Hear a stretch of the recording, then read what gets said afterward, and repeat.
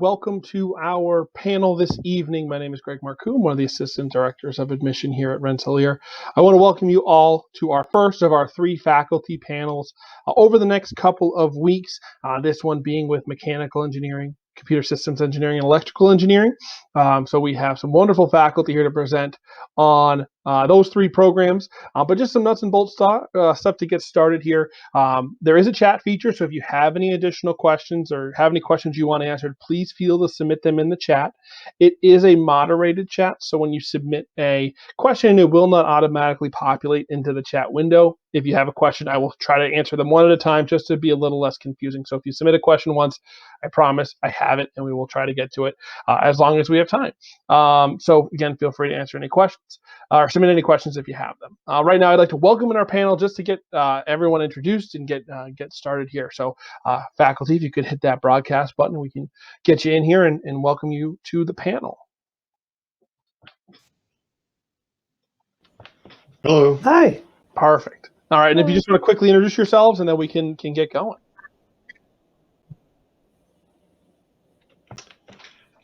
I guess I'm the first one I see here. So I'm Rich Radke. I'm a professor in the ECSC, Electrical, Computer, and Systems Engineering Department. Hi, I'm Sawyer. I'm an associate professor in the Electrical, Computer, and Systems Engineering Department. And I'm Kristen Mills. I'm an assistant professor in the Mechanical, Aerospace, and Nuclear Engineering Department. Wonderful. Awesome. So we're going to start with mechanical engineering. So Rich and Shayla, please turn off those videos. Perfect. And then Kristen, I will pass it off to you to get started. All right. Thanks a lot, Greg. All right. So welcome, everyone. I am here to speak a little bit about our mechanical engineering program, which, as I've mentioned, is in the Mechanical, Aerospace, and Nuclear Engineering Department here at Rensselaer, obviously in the School of Engineering as well. The Mechanical Engineering program comprises a large part of this department of 3 programs, and the main department, as we call it in and of itself, is also rather quite large one here at RPI, averaging around 1,400 undergraduate students, which, as it says here, is about 25% of the student population. So we are quite a large program, and probably one of the key reasons why, I guess, is mechanical engineering is really a versatile degree.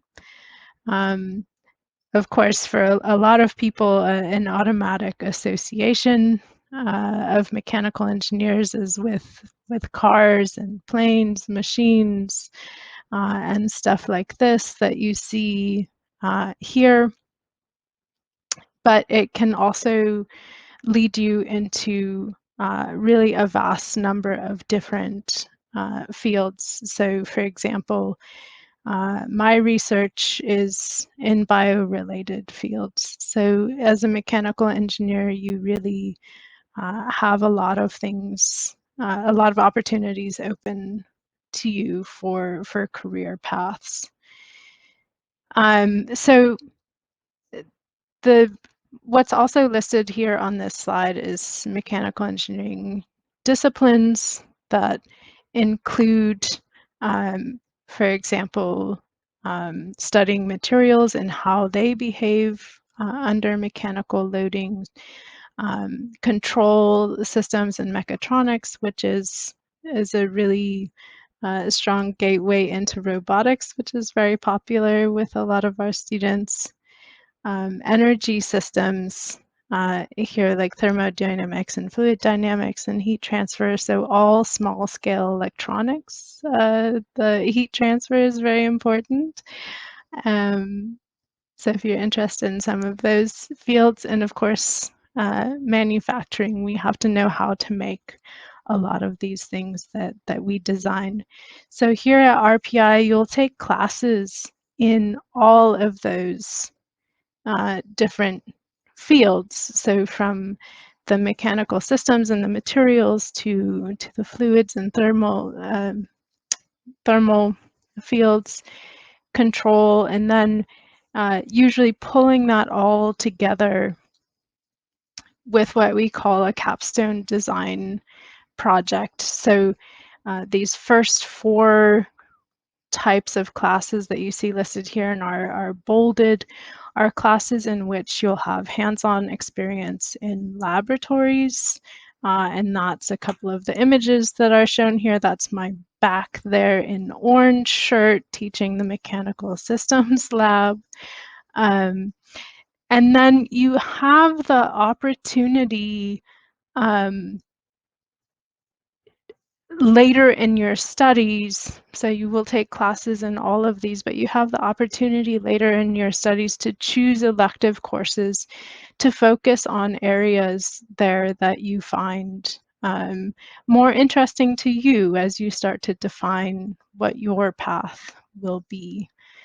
But your degree starts out with some core engineering classes that are common to a lot of different engineering fields, including civil engineering, aerospace engineering, and environmental engineering, and also the biomedical engineering. So it's not important that you've necessarily decided if your interests are in a vein that crosses many of those, that you're still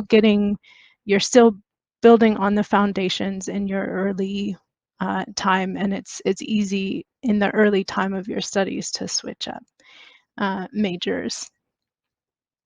So other things that other classes or other requirements that you'll have for your degree include humanities and social science classes. There's a fairly broad number of topics that you can pick and choose to also focus on as you're satisfying those. Some of them might be related to your engineering studies, and some of them are really just about communication. Also, part of your degree will be math and science courses that you also, there are some that are required and also some that you can electively choose to take.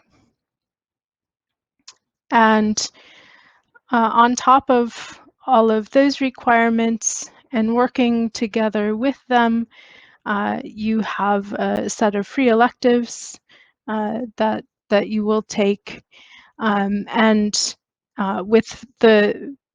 together with your humanities and social sciences and/or your science and math electives. With your free electives, it's often very easy to build up courses to take a minor. So some typical minors that I see are with math, for example, in students that I advise. Another sort of thrust that we have that is in the vein of the free electives is this innovation spine, which is new and also very popular with students. So it's a set of classes that takes you all the way from early identification of a design problem through prototyping. And I've recently talked to some students that have submitted provisional patents for work that they've done in this innovation spine. Also available for some of your free and technical electives, and very, very popular here at RPI is undergraduate research experience. Every semester I have several undergraduate researchers in my lab. It's I think RPI is a great place to do research, and the faculty are all quite open to that. So it's another unique experience here.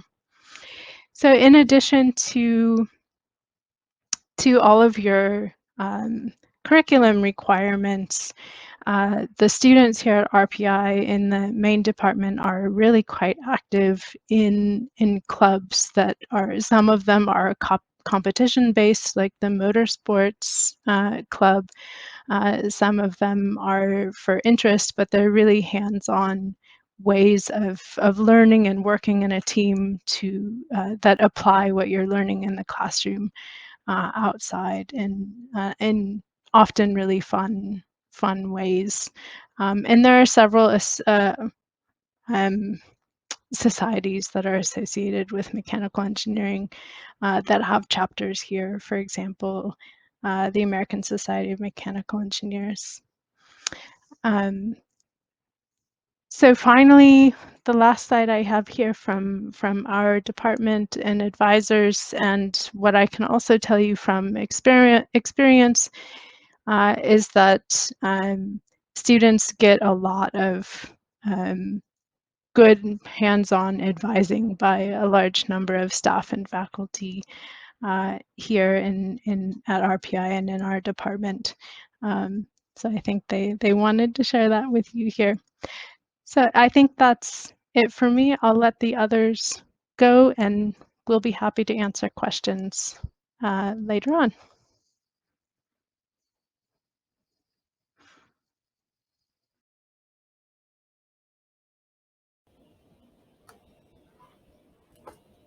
Hello. Just waiting for my partner. There he is. We're back. We are here. But we need our slides. Okay. Just make sure you push the control slides button on the right, right? Right. Greg, are these all in one deck? Oh, they are. I see. Okay. Yep. Then I have control.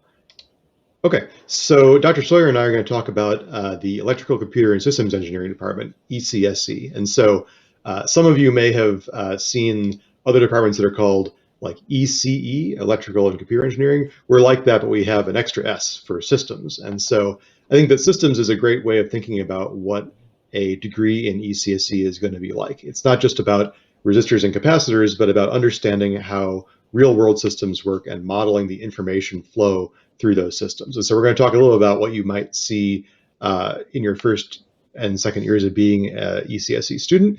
And then like Dr. Mills will field questions. So I think that electrical engineering has a very kind of like old school, rap as, a bunch of old guys in black and white photos with tubes and wires and bulbs. And so that's the way it used to be. But I think a better representation of what electrical and computer engineering is like now, there are lots of applications of it. And so your cell phone is a great kind of encapsulation of many different things that you would learn as an electrical engineer. So, you've got the physics part of it, right? You've got the capacitive touch screen, and you've got the power part of it, which is the battery and the charging, and how do you get the most juice out of a single battery? You've got the kind of signal processing part of it. How does it give you music and encode images and video and so on? That's kind of the part that I would do. You've got cameras and sensors, right? So your phone is full of gyroscopes and accelerometers and all sorts of like environmental sensors that are generally the kind of thing that would be designed by ECSCs.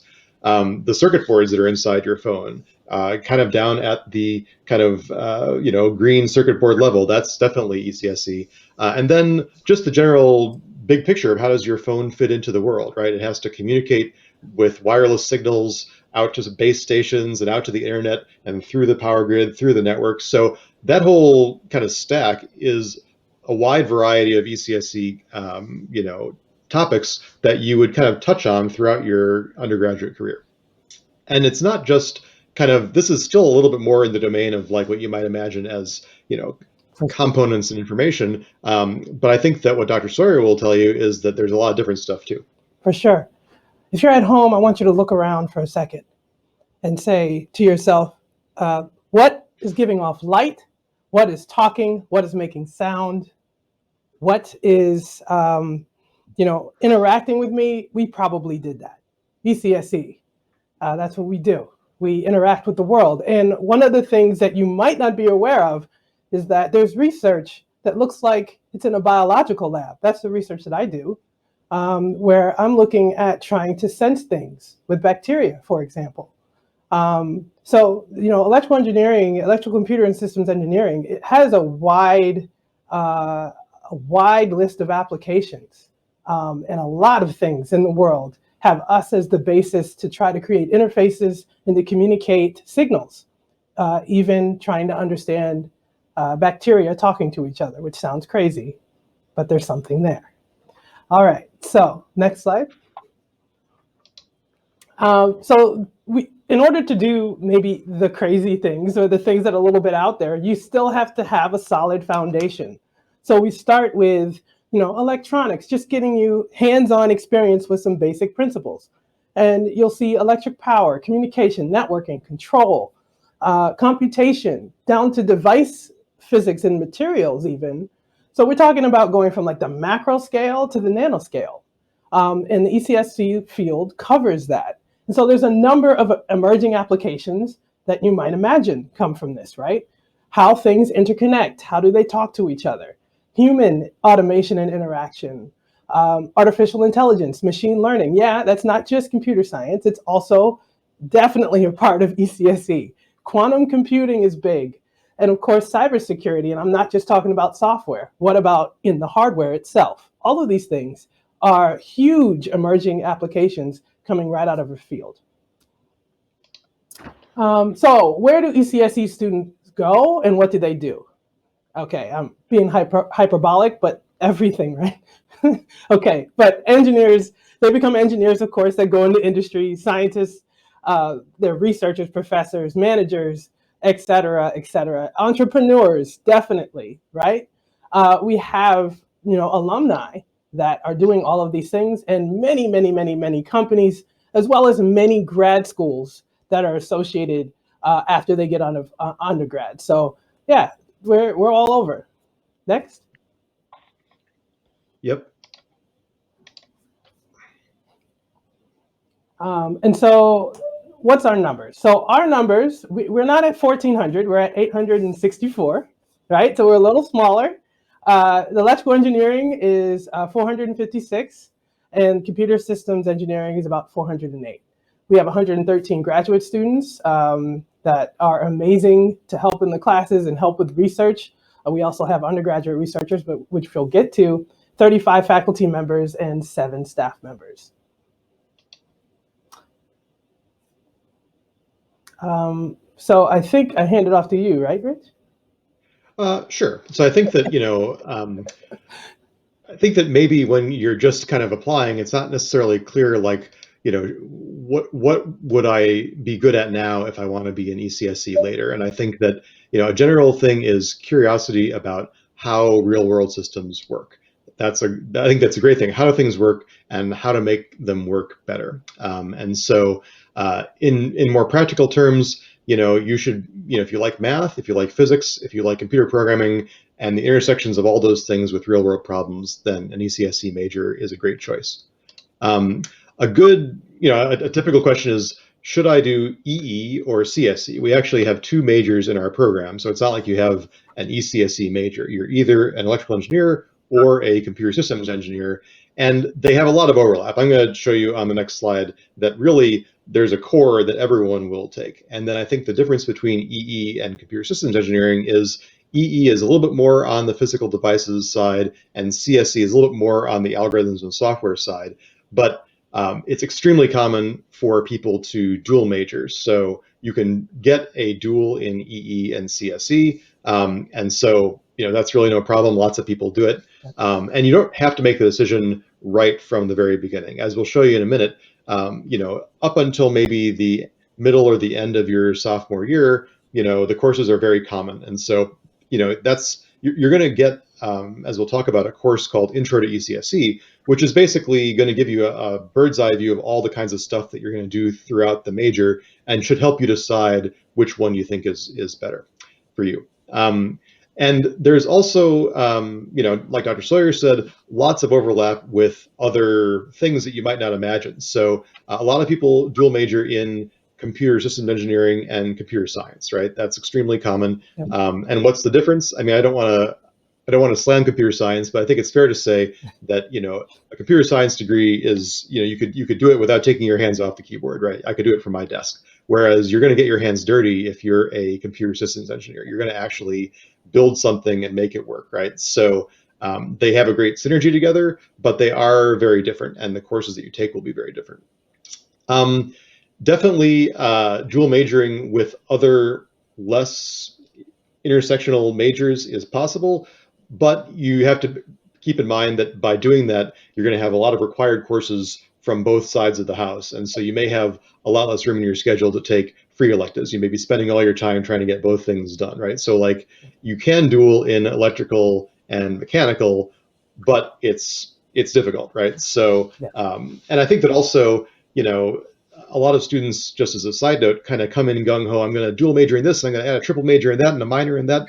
That's all great, but I think that you don't have to do that on your very first semester, right? So I think that the first thing to do is think about what do I really want to try first, and then dig into that.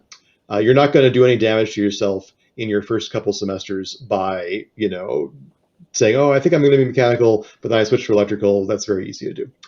And of course, the more AP credits and so on you have, the more life will be easier later on because you'll have more space in your schedule as you go forward.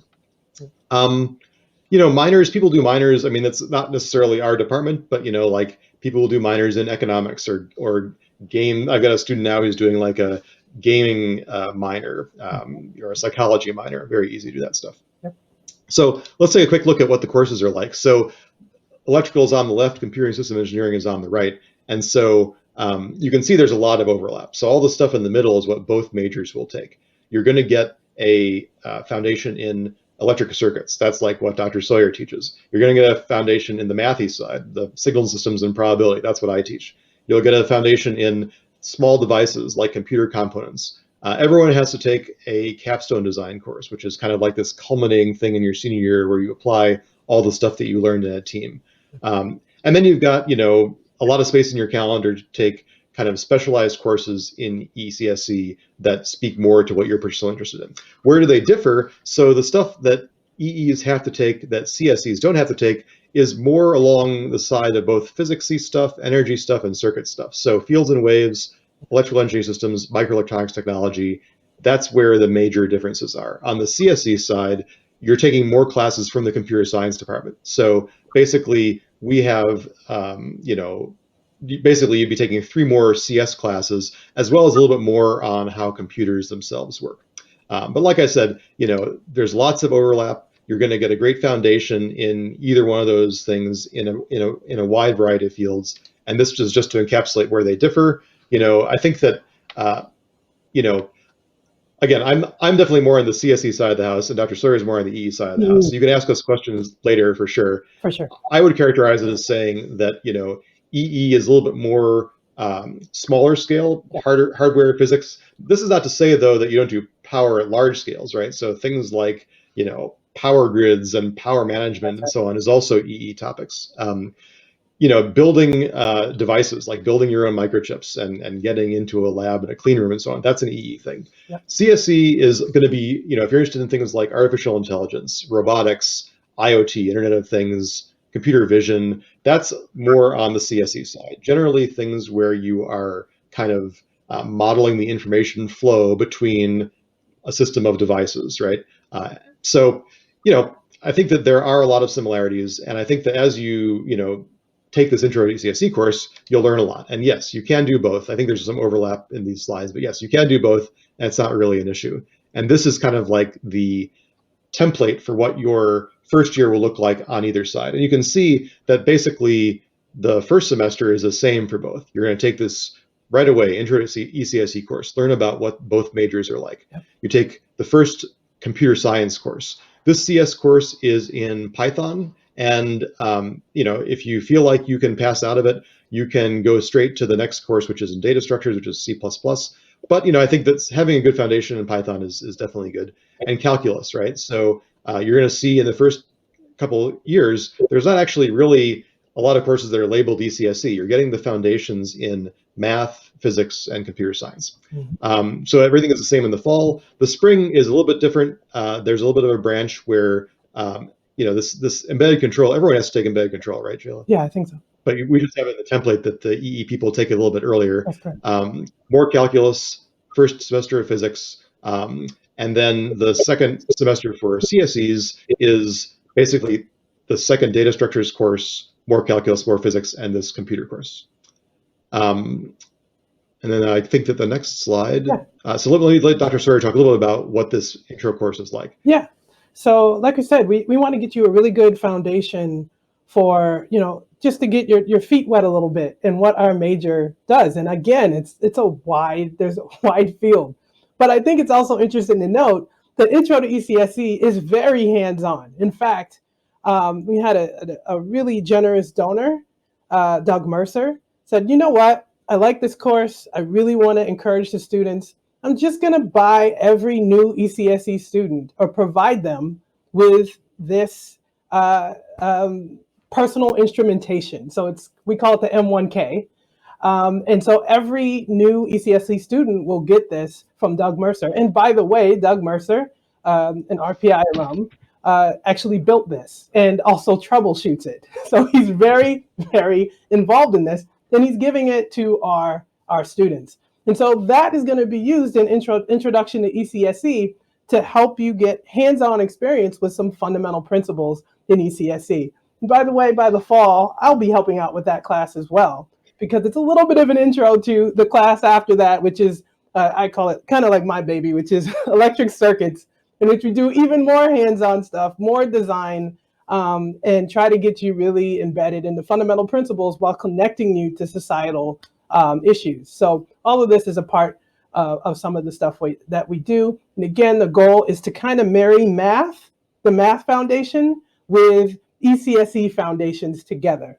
I like to say that ECSE is math, but the application kind of varies depending on where you go in the field. Next slide. So let's see. So we could talk about concentrations, all right? Personally, I had a concentration at my alma mater. My concentration, which was Hampton University, but my concentration was in communications, and I ended up with device physics and being on the sensor side of things as a grad student. But what I wanted to say about that is that the classes that I took, having a little breadth, mattered a lot, right? So for me, the breadth matters even now as I do research, and that was my choice, right? Though I had a concentration, I was still kind of sprinkling into other fields just to see what I could learn. But then there's another option you can have, which is just go really deep into one subject. You know what you want, you have a tunnel vision about it, you know what you're going to do with it. You can do that too, right? You can get depth in a specific area all the way through various kind of sub areas in our field: power electronics, power systems, control systems, robotics, again, microelectronics, which is more my wheelhouse. We have all of those classes that you can get depth, or you could just sprinkle across all of them. Next slide. All right, so undergraduate research. Actually, both of these are very, very close to my heart, as most professors definitely really, really like the interaction that they have with their students, both as undergraduate course assistants and undergraduate researchers. I would say that all of the ECSC faculty are engaged in some way in one of these two things. So for undergraduate research, we strongly encourage that you get involved in our active research groups, and we are asking always to kind of get young minds into our research, as long as you have the background to do that kind of research. So that varies with different professors as the background you need, but it's definitely an opportunity. Another opportunity, of course, is being a course assistant. For circuits, it's vital. The course assistants I have for my class, I think I have 5 now. 5 undergraduate students that basically just got out of circuits, and they said, you know what, I want to help with the course for the following semester. And they're doing mentorship, and they help in the labs, and they have really good answers for, the problems that you might have from a student's perspective. They're excellent, fantastic. You can do this for pay, or you could do it for credit. And trust me, ECSC has a good portion of very active undergrads in our classes helping out. So that's an opportunity to build your resume as well. And as far as research, man, just this slide, we can't talk about this for 30 minutes, but we could, but we won't. There's our sub areas, information science and systems, right? We were talking about the systems aspect. I like that it's in that top area because we could all connect our sub areas to systems in some way. So of course, AI, machine learning, that kind of thing. Communication and networking is another sub area. Energy and power systems, electronics and photonics, computer systems and design, control and autonomy. Again, these are areas of research, and it's nice because they overlap with concentration areas. So that's something you need to know as you build up your class portfolio. They're going to directly align with these research areas. You should reach out to those professors that are in those areas. And those are just a few pictures of all the things that we do in ECSC. So I'll talk briefly about, my undergraduate researchers. I want to mention that those two students, Jacob and Jeremy, are CSE majors. So I'm an electrical engineer, but they came to my research interested in kind of helping me develop water quality signs. And both of them, yes, were computer systems.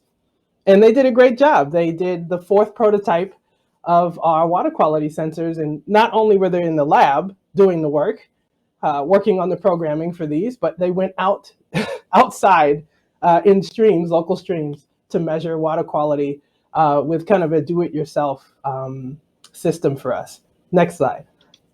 And the Gen 5 of that water quality sensor ended up in the hands of high school students, actually. So I don't think I have a pointer there, but there's a couple of students on the dock, and they're the undergraduate researchers that helped to develop that 5th prototype. And the high school students actually built it in 2 weeks and put it in beautiful Lake George. So that's Lake George. And they were able to go home to their families all across the country and watch the data being collected. So it was a really cool project that happened. And really the undergraduate students, again, systems, they helped with the system of doing sensing. Those undergraduate students made that happen. So it's real that students get involved. Next slide. So I think this is back to me. So just to say that we spent a lot of time in the past 6 months, soliciting some feedback from our current students and our former students. And so I think that there's no better way than to hear what people say in their own words about what they're getting out of our major, what they've been able to get, what they've been able to do, and in the case of graduated students, kind of what they took with them to succeed in their current career, right? And so I encourage you to go to our webpage and check it out and see some of our people talking without, the spin that you may get from a faculty member. So there are lots of clubs in ECSC. So we have the IEEE, which is basically like the professional organization of electrical engineers. So we have a chapter here at RPI, and there's kind of like within that an honor society of the best students every year in the junior and senior year called Eta Kappa Nu, which is like an honor society. So I'm the faculty advisor for both of those kind of, I wouldn't call it a club, it's more like a professional organization. And then there are lots of kind of offshoots out there. One big thing, I guess we don't have a slide on the Mercer lab, but basically there's an embedded hardware club that is basically a group of people who just like to tinker with stuff, right? So if you ever use an Arduino or a Raspberry Pi, or you want to build your own little circuits and put together on a breadboard, the embedded hardware club is a great place to just meet up with like-minded people. And we have a whole big lab that is for nothing other than tinkering around on your own projects. And then, of course, there are connections to like the Formula Hybrid, which is not just electrical engineering. I think that's also probably mechanical engineering too, right? Sure. But so, it's not that there are these silos of this is electrical and this is mechanical. There are a lot of people who are doing things that kind of bridge, multiple disciplines. And I think the Formula Hybrid is one of them. We have a industry advisor program now, which is kind of cool, where basically we hook you up with actual people who are working, either recent graduates or even people who've been around for quite a while. And I think this is good to get you some sense of, again, why am I doing this? Where can I go? Why are these classes that seem so abstract actually going to be useful in the real world when I get out? And in the same way, we mentor people if you have an interest in going to graduate school. I know it's a little bit early to be thinking about that, but certainly we will help guide you through that process as well. What does it take? Should I consider graduate school? What's that process like? Mentoring with our graduate students to kind of help you prepare your application and your program. And that's about it. The usual, contact us at the various places. And I think this is a good point to hand it back to field, hopefully, a bunch of questions.